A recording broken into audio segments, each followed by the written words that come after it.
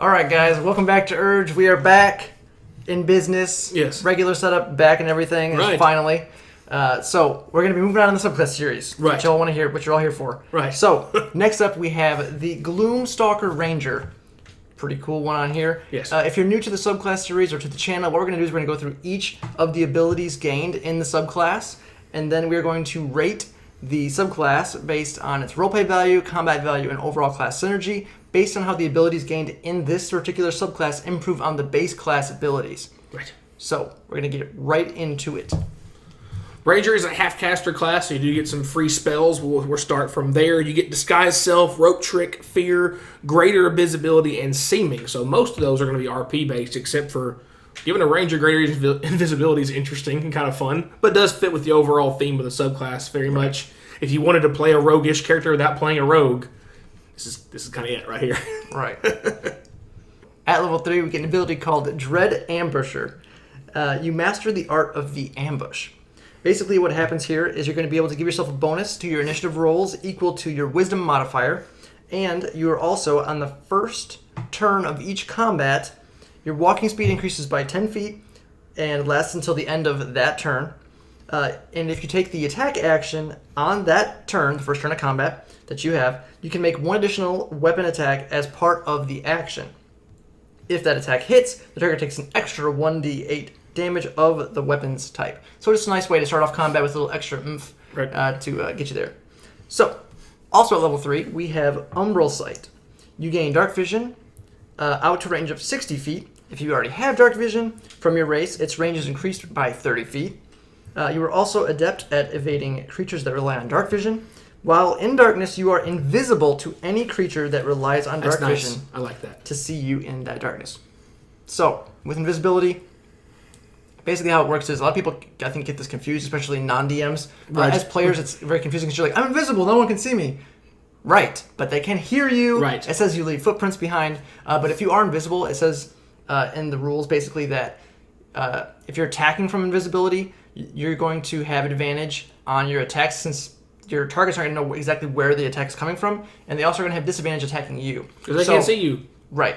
But just because you are invisible does not mean you are stealthed. Right. You still have to stealth check because you can still be heard, you can still bump into things, and you leave trail behind you and stuff like that. So it doesn't make you like undetectable by any means, but it gives you an advantage in combat, definitely in the nighttime or maybe indoors with no lights, no candles or anything like that going on.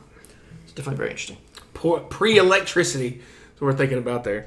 Level 7, you get Iron Mind, so you gain an additional proficiency in Wisdom saving throws. If by some chance, some other ability, you also already have Wisdom saving throw proficiency, you then can pick your choice of Intelligence or Charisma saving throw. So either way, you're getting a third saving throw proficiency, all based in more of the mind RP side of things, not strength or dex, all more on that side of things. So simple, but very, very helpful.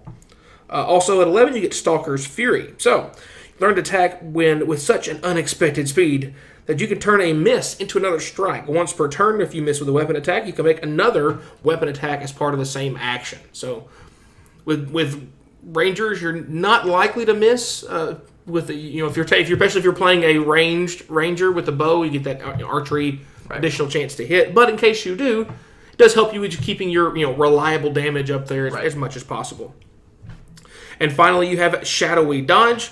So you can dodge in unforeseen ways with wisps of supernatural shadow around you. Whenever a creature makes an attack roll against you and doesn't have advantage on the roll, you can use a reaction to impose disadvantage. You must use the feature before you know the outcome of the attack roll. So you can't see that they hit you and then choose to do it. Right. So, you got to use your reaction. So you forego weapon attacks of opportunity during that round, but you have an opportunity to.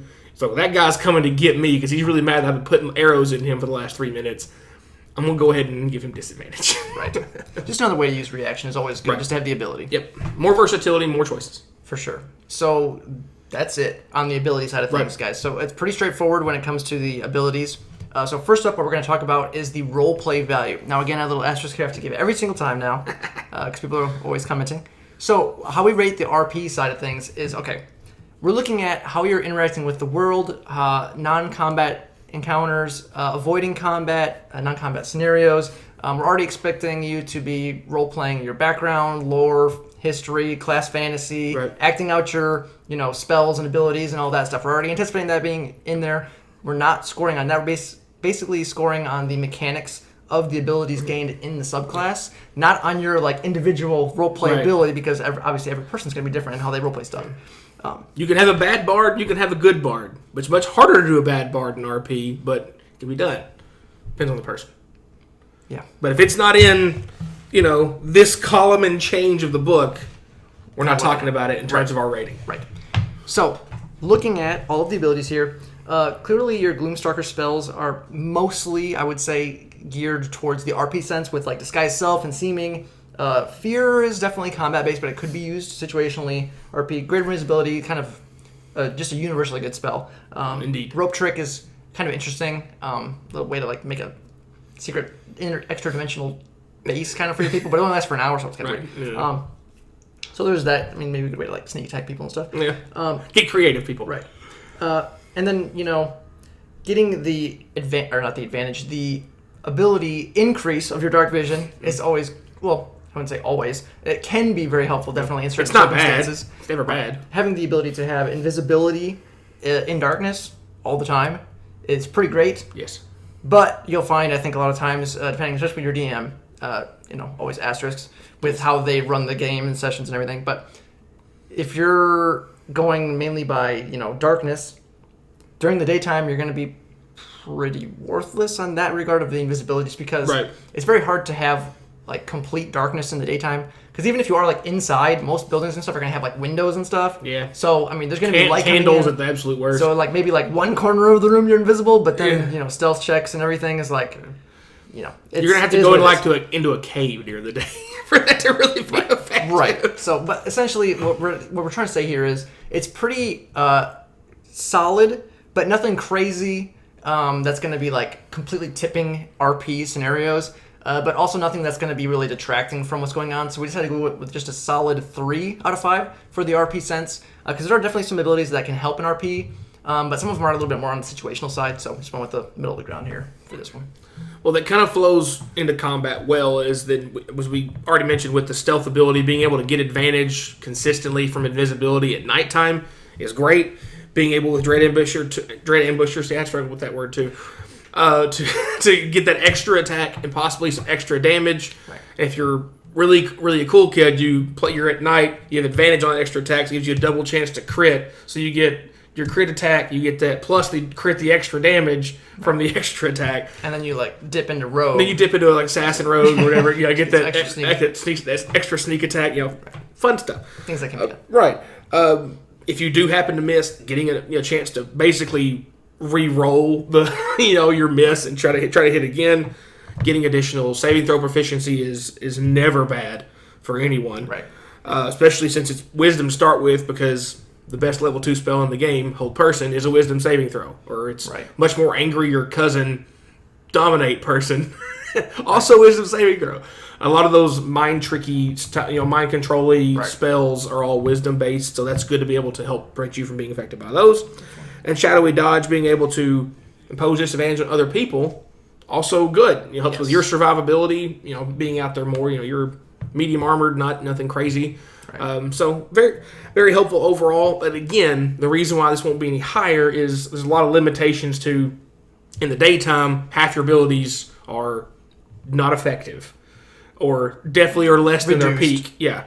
And then your Dread Ambusher, while it's great opening round, only lasts on your first turn of every combat. One and done. So we ended up with a 4 on the combat side of things. Still strong. Still very solid, because everything, with the exception of the spells, everything else is directly affects and improves what you can do in combat. Either survivability, damage, consistency of hit. But again, limitations to how many times you can do something. I'll say one of my personal favorite things too is there's no limit on the amount of times you can do these. Right. It's every turn you can use a reaction, or you know, you can just whenever you're in darkness you're invisible. Right. It's a lot of passive stuff, or just use when available instead of per rest and things like that. Right. Definitely pretty solid. Then lastly, we have the overall class synergy. Rangers, just as a base class, I think we kind of talked about this beforehand, are probably the least balanced. They're a little bit more on the weaker side just as a base class. Look at him, least balanced. It's such a nice way of saying things. Undertuned, we'll say that too. Ooh, wow. So getting harsh with it, I guess. So that being said, though, there's not really a ton to synergize with. I mean, they have like their half casters, so I guess you could say some spell stuff. I mean, they have their fighting style, which most people, I feel like a lot of people take archery because they see a ranger and they think archer. I mean, but again, that is not. I mean, you can do 2-weapon fighting. All of the letters are the same. Ranger. At range, you know, it's all the letters will match up just fine. Legless. But basically, that's what I think. I mean, a lot of people think that, but a lot of times, especially with something like this where you're invisible and stuff, I mean, you don't have to worry about being at range. Maybe you take 2-weapon fighting and you multi-class with some like a rogue or something. Yeah. I mean, there's lots of options you can do for sure. Swashbuckler rogue. But there's not really a whole lot. Right. There's not really a whole lot going on the synergy side to work with.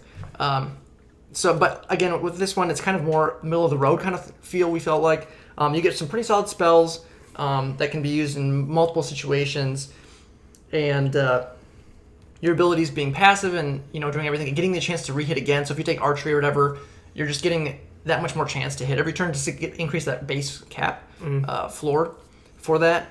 So we just went again with a 3 out of 5 for the synergy side of things, just because again, nothing crazy. Nothing really detrimental on the other side either. There's not really a whole lot to work with as well, so it's kind of hard to give strong ratings either way. Right. I feel like it's because there's a lot of open-endedness with the Ranger class in general. But guys, that's pretty much going to wrap it up for this one.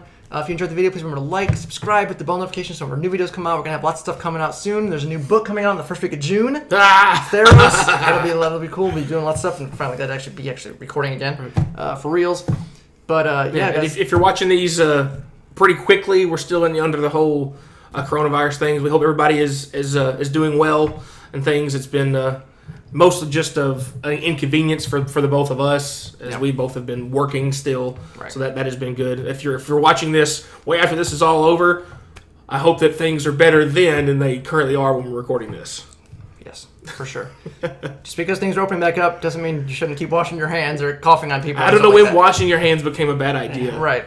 Anyway. So stay safe, stay healthy, guys. Let us know in the comments down below if there's anything you want to see from us coming out in the future, anything you're looking forward to in the new book coming out. If you've played as a Ranger or as a Gloomstalker Ranger, played with or as one, or with or as. I've got my brain exploded there for a second. But guys, as always, thanks for watching.